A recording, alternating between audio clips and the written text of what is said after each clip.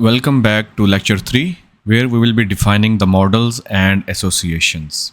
We will start with the basics, covering simple fields and models, and then progressively add more complex associations such as foreign keys, belongs to, has many, and belong to many relationships. By the end of this lecture, you will have a solid understanding of how to manage relationships between your models in Sequelize effectively. So these are all of the models that we are going to create. First one would be the users, that represents the individual users of the system, including their personal information, authentication, credentials. Next model would be the categories, that would represent the different categories or topics related to the content on the website or application. And we will have the posts model, that will represent the individual blog posts or articles, including their title, content, and metadata. We will have the comments model, that will represent the comments or replies made by users on posts. We will also have the tags model, that will represent the tags or keywords associated with the posts to categorize and organize the content. And then we will have the post tags model, that will represent the association between the post and tags.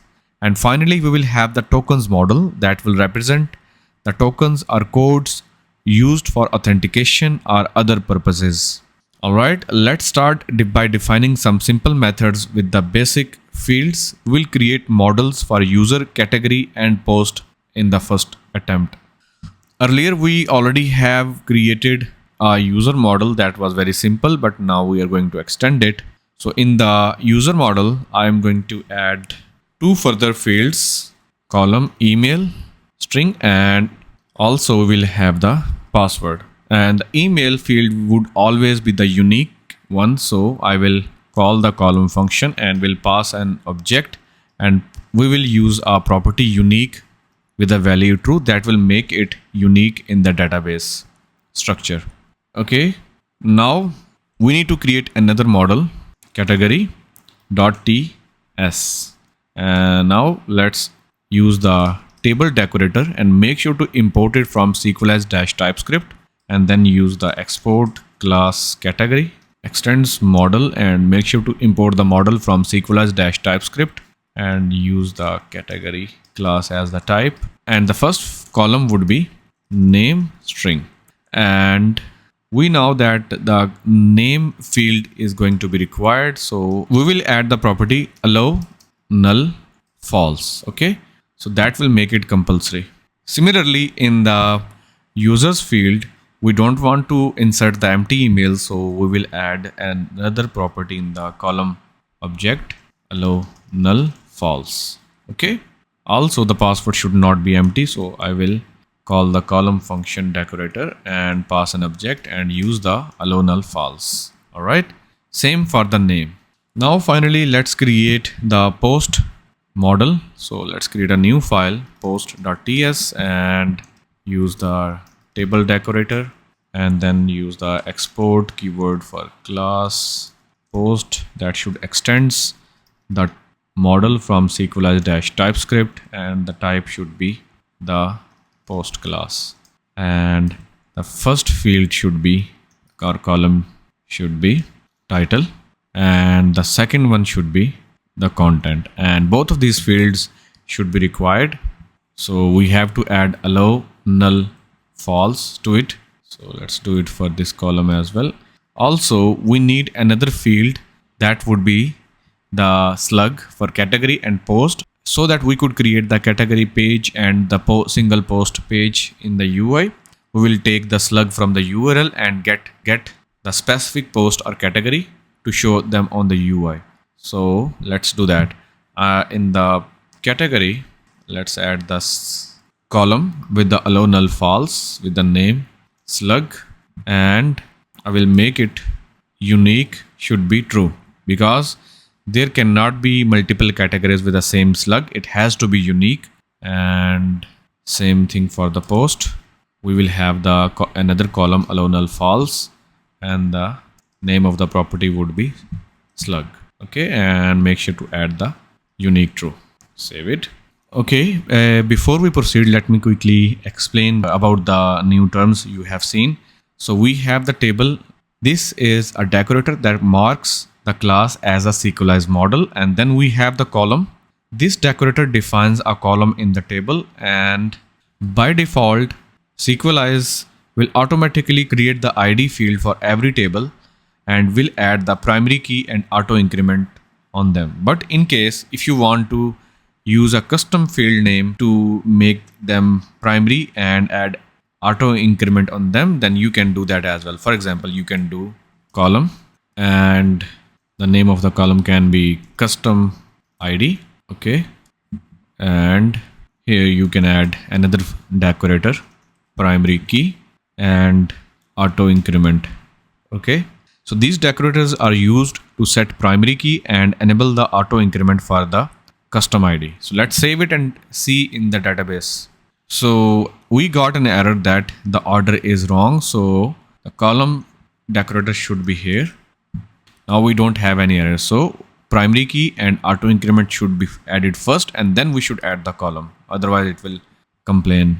And now let's look at our database, reload it, and you will see all of the tables are created.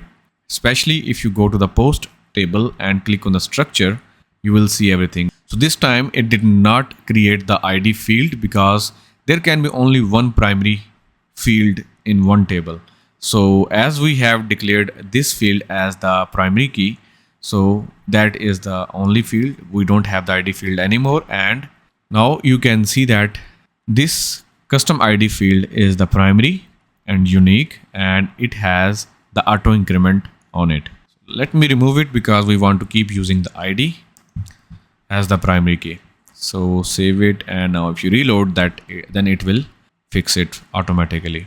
Now you can see in the post table we have all of the fields created already. We have the title, ID, content, and the types are correct, the slug and created ad and the updated ad. And in the indexes section we have a slug index that is unique, that will enforce our database to have unique slugs. If you try to insert a duplicated slug, then it will throw errors and it will complain about that. Now let's look at other tables as well. We have the categories table. In the category we have the slug again, and that is also unique, and we have the other fields. Same for the users, we have the name, email, and email has the unique index on it, and we have the password and other fields. So at this stage we have simple models without any relationships. Each model has its own fields and primary keys, but they don't interact with each other yet. Next, we will introduce foreign keys to establish relationships between these models. So we will add a foreign key in the post model to reference the user model. Okay, so let's go to the post model file. So to do that, we will first add a column, and that column name would be user ID of type number, and on the above column decorator we will add another decorator, foreign key, and call that function, and then we will pass a callback function to it that will return the user model because we are going to reference this field to the user model. Okay, now it is giving us some complaint about having no initializer, so you can just add question mark here. It will stop complaining about that. And obviously this is going to be required in all cases, so I will pass an object to the column function and we will pass the property allow null to false. So this will make it required. And after that I need to add another decorator that would be belongs to, and that will expect a callback function that will return the user model. And then we will have a property called user, and the type would be user. Okay, and you can make it optional like this. So now let's go back to the sequelize and see what has been changed in the structure. So go to the post and reload it, and you can see that we have the user ID field that has the foreign key added on it, and we have the index created on the user ID as well. And but you will notice that this property user was not created. So this is just for the internal purpose. I will explain everything about these two decorators. So first we added the foreign key. This decorator marks the column as a foreign key that references another model. In this case, user ID references the user model's ID field. And then we added the belongs to decorator. This decorator establishes a one-to-one relationship indicating that each post belongs to a user. Now we will quickly discuss about the benefits and differences with belongs to and without belongs to decorator. So what will happen if you use the belongs to? With the belongs to, the eager loading becomes easier with the include property. So let me show you in practical. So let's suppose you have post model that you are using to find by pk function. You will pass the id 1 or whatever ID you have, and he will pass a second argument that would be an object, and in that object you are able to use the property include, and then you will pass the user model. So what it will do is that it will join the related user in the same query as for the post, finding the post with the id 1. Okay, so instead of running multiple queries, it will run one single query, and within the same query it will join the user table and it will get the user that created this post. Okay, it will make use of the foreign keys and will help you to give the final result. So when you will get the response, in the response you will have the nested objects. The first object would be for the post, and in the post you will have another property in that object that will be the user. We will see this in more depth in the future lectures, where we will be actually using these associations, and you will see the structure of the data that we will get back. And in case if you don't use the belongs to decorator, this is not compulsory to use the belong to, but if you don't add that, then you will have to manually handle to fetch the related user. Okay, so for example, you have to do this step. So this was for the with belongs to, and this is how you would do without the belongs to. So you will have the same function find by pk, but this time you will not be able to include it in this way, and you will get the post await let post is equal to, and then you will get the user something like this. You will have to run the find by pk function on the user model, and you have to pass the user id, and in this way you will have to execute two different SQL queries to get your user. But in this way you will run one single SQL query and you will get both post and the user in one single query in one single object in nested style. All right, we remove this, and now we will establish one-to-many relationship. So we will now establish a one-to-many relationship between user and the post, indicating that a user can have multiple posts. So go to the user table, and here add the has many decorator. Make sure to import it from the SQL-TypeScript and pass it the callback function that will return the post, and then we'll have the property posts. It will have the type the array of post model, and the default value would be the empty array. Okay, obviously this will not create a field in the user table with a post's name, but it is just for the internal purpose. If you go to the users table and reload it, you will notice there is no such field created. This is just for the association. So now let's explain about the has many decorator that we just added. This decorator establishes a one-to-many relationship, indicating that one user can have multiple post entries. Now let's talk about some benefits and differences.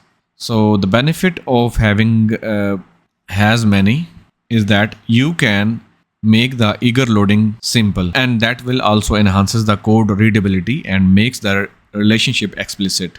And without the has many, you will need to manually manage and the query posts related to a user, and the relationship are less intuitive and harder to maintain in that way. Let me show you the practical examples. So this is how you would do manually without the has many. First, you will have to get the user is equal to await, and then use the user model dot find by pk, pass it the user id, and then you will use create another constant posts is equal to await post dot find by pk, and then pass it an object, use a where condition, Here we will use the find all function, and we'll use the where condition, where property would expect another object with all of the conditions. We want to use the user ID should be equal to the user dot id. Okay, so in this way you will get the related posts.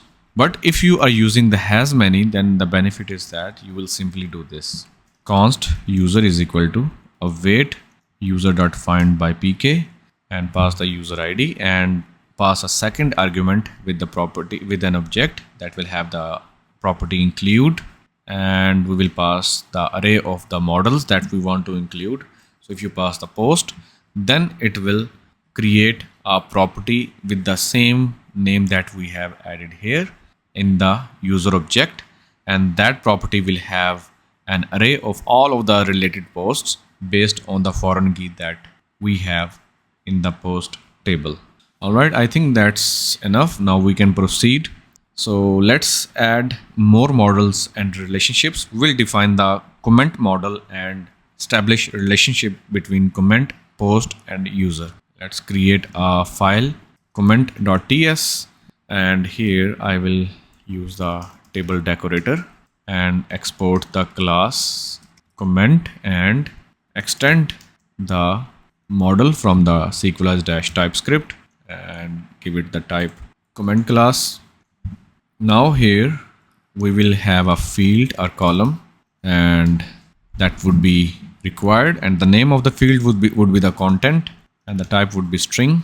And now we need to add the foreign key so that we can have information that which user created this comment. So for that I will add the foreign key decorator, and that will return a user model. Make sure to import the user model in through the import statement, and after that I will add the column decorator, and that will obviously have the allow null false because this is required, and give it a name, user id, number. Okay, and after that I need to add another foreign key for the post id, so that we can know that for which post this comment was created. We will pass a callback function, and that will return the post model and a column decorator with the allow null false to make it required, and give it name post id, and that would be of type number. All right, now I will add another association, belongs to. Make sure to import the belongs to from the sequelize-typescript, and that will expect a callback function that will return the post, and the property name would be the post. Add a question mark here, and this will not create any column in the database because we did not add any decorator column here. So similarly we have to add another belongs to for the user who created this. Now we have to go to the post table, and we have to add an association has many, and that will receive a callback function that will return the comment model, and the name of this field would be comments. Make sure to import the comment model. Okay, now we have to go to the user, and we need to add the has many association for the comments as well, like we did for the post. So let's do that, has many, and it will return the comment model, and let's give it the name comments of type comment array, and the default value would be empty array, and make sure to import the comment model here as well. Okay, now let me provide some little explanation on all of these changes. In the comments model, we added the belongs to decorator in this comment model to indicate that each comment belongs to a user and a post. And then we also added the has many association decorator that was used in the post model to establish that a post can have multiple comments, and in the user model to establish that a user can have multiple comments. Now let's talk about the benefits of having these associations. So the benefits are kind of same that we discussed earlier, but let me just speak them out. So with belongs to and has many decorators, it will make the eager loading very easier. For example, you can simply use this post.find by pk, and here you can pass the post id, and you will pass second argument to include and pass an array comment. Okay, so benefit and method is same, so you will include in the same way like I explained earlier, so this will save you extra step and extra queries. So with this approach, the relationships are clear and well defined, improving the code maintainability. You can do same for the user as well. So if you go to the user, we have the has many for the post and the comments, so you can add this find by user, find by pk, pass the user id, and in the include we have passed an array. You can include comment or you can include both model, because both are using has many, so you can have multiple models to include. So in this way there would be two properties in the user object, one would be the posts and second would be the comments. Okay, and both of these properties will have an array. It can be empty array or actual data from the database. We will now establish a many-to-many relationship between post and tag through a join table post tag. We have to create a new model with the name tag.ts, and let's add the table decorator here and export class tag extends the model and pass the tag class to the type, to the generic type. Here we will have the column and allow null would be false because this is compulsory, and the name will have the type string with the type string. Okay, and here you can add this. Now we need to create another file or model that would be post tag.ts, and it will have the table decorator, and then we will export a class with the name post tag that will extend the sequelize model, and it will use the post tag as the generic type. Make sure to import the model as well, and now it will have two fields only. First one would be the post id and second one would be the tag id. So first of all we need to add the foreign key, because this is going to be a foreign key that will point to the post model, and the column decorator would also be added, and the post id would be of type number, and same would be for the tag.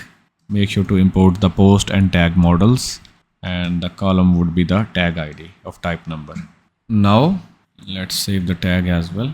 Okay, in the tag model I will add an association with the name or with the decorator belongs to many. Make sure to import it, and this will expect two parameters. Both would be the callback functions, and first callback function would return the post model and second one would return the post tag. Okay, and then we'll give it a name posts of type post array. Make sure to import the post model. Okay, save it. Now let's go to the post model and we will add belongs to many decorator, and it will again expect two callback functions as their arguments. First one would return the tag and second one would be returning the post tag. Okay, and the name would be the tags of type tag array. So now let me explain. We have added belongs to many. So this decorator establishes a many-to-many relationship between post and tag using the post tag join table. Okay, so again the benefit of using belong to is making the eager loading easy, like we explained earlier. So now let's look at the table structure. So here you can see we have the tags table and we have the post tags that has the relation between the posts and tags table or model. Finally, we will add the token model and establish its relationship with the user model. Okay, so let's create a new file token.ts and create the table decorator and export class token extends model of type generic type token. Make sure to import the model class. Okay, now we will have a column token of type string, and then we will have a foreign key that will, so this callback function will return the user model because we are going to reference it with the user model, a user table, and the column decorator will have the name, user ID, number, and we will need to add the belongs to for the same reason that we have explained earlier, user model, and here we will have the name user of type user. Okay, add a question mark here and here as well. Okay, save it. Now we have to add another field, a column, that would be type. So basically the type of this field would be the enum. So for that I will pass an object and the type would be data type and use the enum function, and here we will pass all of the possible values. So we can have the activation token. So for example, when user create an account for the first time, we will send an email to the user with a token, and the type of that token would be the activation. And if user forgets their password, then we will send another type of token that would be the reset. And instead of type string, we will have the literal string types, that would be activation or reset. It will not allow us to put any other string for this field. Okay, now we have to go to the user model and we have to add our association for the token. We will have the has many association for the token model, and the variable would be the tokens with the empty array by default of type token. So here in this token model we have added the belongs to, that will be used in token model to indicate that each token belongs to a user, and then we added the has many decorator here, or association, that used in user model to establish that a user can have multiple tokens. Okay, now let's quickly look at our database structure, reload it, and you will see that tokens table has been added. It has the user ID with the foreign key and the type with the type enum with two possible values, activation and reset, and here you can see the indexes as well. All right, I think that's all. In this lecture we covered the basics of defining models and fields in SQLize. We then progressively introduced foreign keys and various types of associations such as one-to-one, one-to-many, and many-to-many relationships. Each step was accomplished by explanations and examples to help you understand the purpose and usage for each decorator. By following these steps, you can efficiently manage relationships between models in your SQLize projects. This foundational knowledge is crucial for backend development, ensuring your database is both organized and efficient. In our next lecture, we will continue to build on this by implementing these models and associations in the code. Thanks for watching and see you in the next lecture.